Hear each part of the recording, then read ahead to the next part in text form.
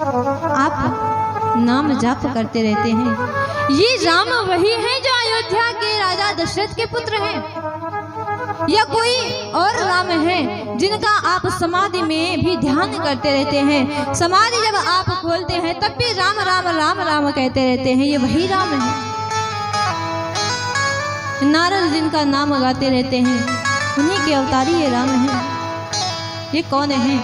आज तो बताया है कि राम अवतार के हेतु अनेक हैं, कोई एक हेतु नहीं है।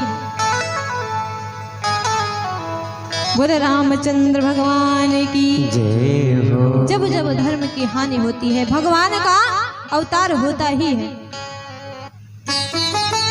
क्योंकि हम अब रामचंद्र जी के अवतार की कथा है, इसलिए हम थोड़ा सा विस्तार से लेंगे तो आधा एक घंटा तो लग ही जाएगा, क्योंकि 6 बजे का समय होता है और हमें समय यहाँ पर मिल पाता, यज्ञ चलता रहता तो 7:30 8 बज जाते हैं। तो इसीलिए क्षमा कीजिएगा, 1 घंटा तो जाएगा कथा में। बोला रामचंद्र भगवान की जय हो। बोला जानकी मैया की जय हो। आज शंकर भगवान कहते हैं कि देवी, भगवान के अवतार के कोई एक कारण नहीं, एक हेतु नहीं है, अनेक हेतु हैं, लेकिन जो 2-4 हेतु मुझे पता है हम वो आपको बताते हैं।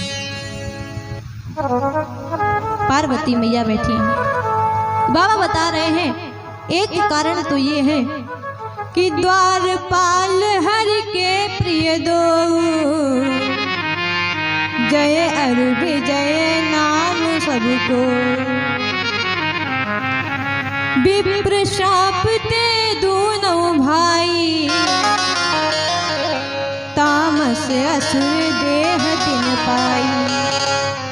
सब लोग जानते हैं भगवान के जो 2 द्वारपाल हैं, जय और विजय।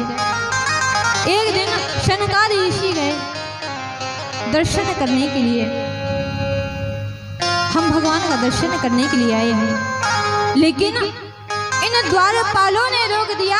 तब क्रोध में आकर शाप दे दिया कि जाओ, भगवान से मिलने नहीं दे रहे हो, हमें हमारा मार्ग रोक रहे हो, हम तुम्हें शाप देते हैं।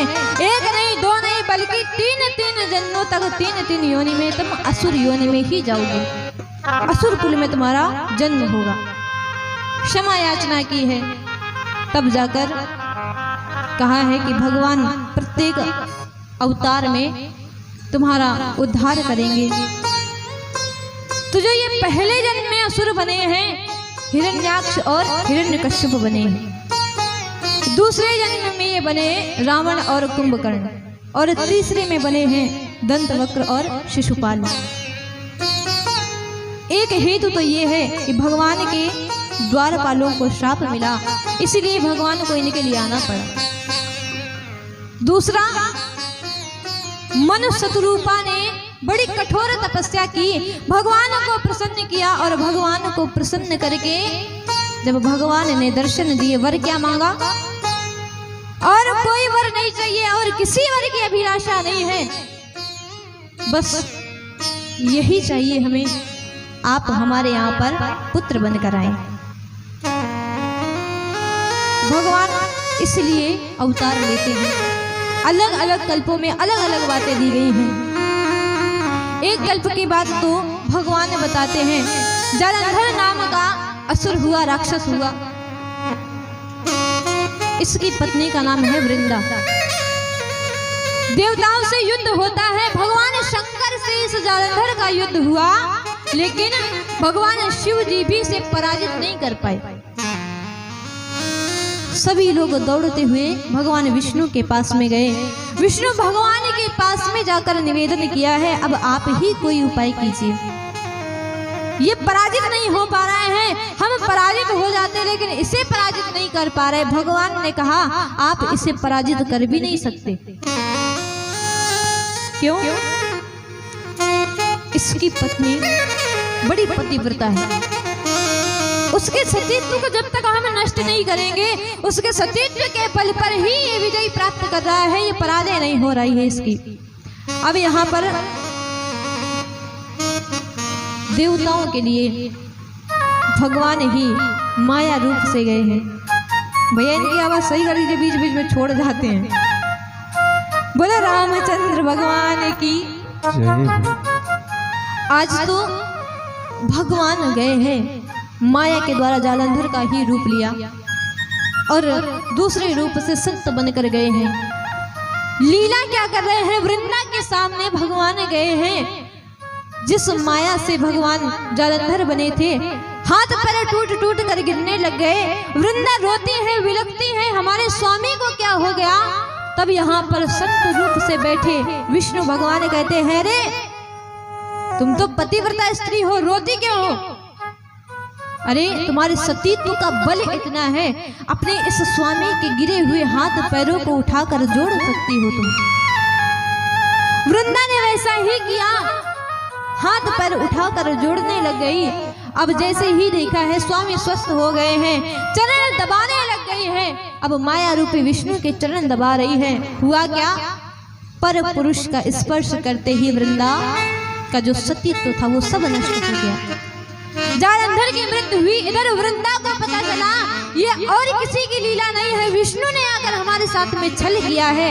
इसीलिए वृंदा ने श्राप दे दिया, जाओ हम तुम्हें श्राप देते हैं। जिस तरह तुमने हमारा सतीत्व नष्ट किया है, हमारे साथ में छल किया है, अगले अवतार में हमारे स्वामी तुम्हारी पत्नी का हरण करेंगे और तुम्हें ऐसे रुदन करते हुए भटकना पड़ेगा, घूमना पड़ेगा।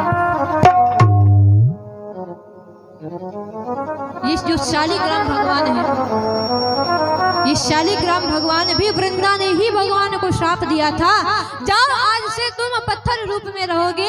तब से भगवान शालिग्राम रूप में अवतरित हो गए। और आज भी चूंकि वृंदा ने पूर्व में भगवान से वरदान प्राप्त कर रखा था कि हमारा जन्म जन्मांतर तक आपके साथ भोग रहे, इसीलिए आज भी हम और आप सभी लोग तुलसी जी की जो पूजा करते हैं, तुलसी जी का विवाह करते हैं, शालिग्राम भगवान के साथ में किया जाता है। बोलो रामचंद्र भगवान की। तो दूसरा हेतु तो ये है, दूसरा कारण ये है। अब यहाँ पर भगवान कहते हैं कि आगे एक और कारण है, एक और हेतु है, वो सुनो क्या बताया है कि नारद शाप दीनी के बारा जय हो राजा राम। नारद शाप दीनी के बारा जय हो राजा राम। कल्प एक ते लगी अवतारा जय श्री सीताराम।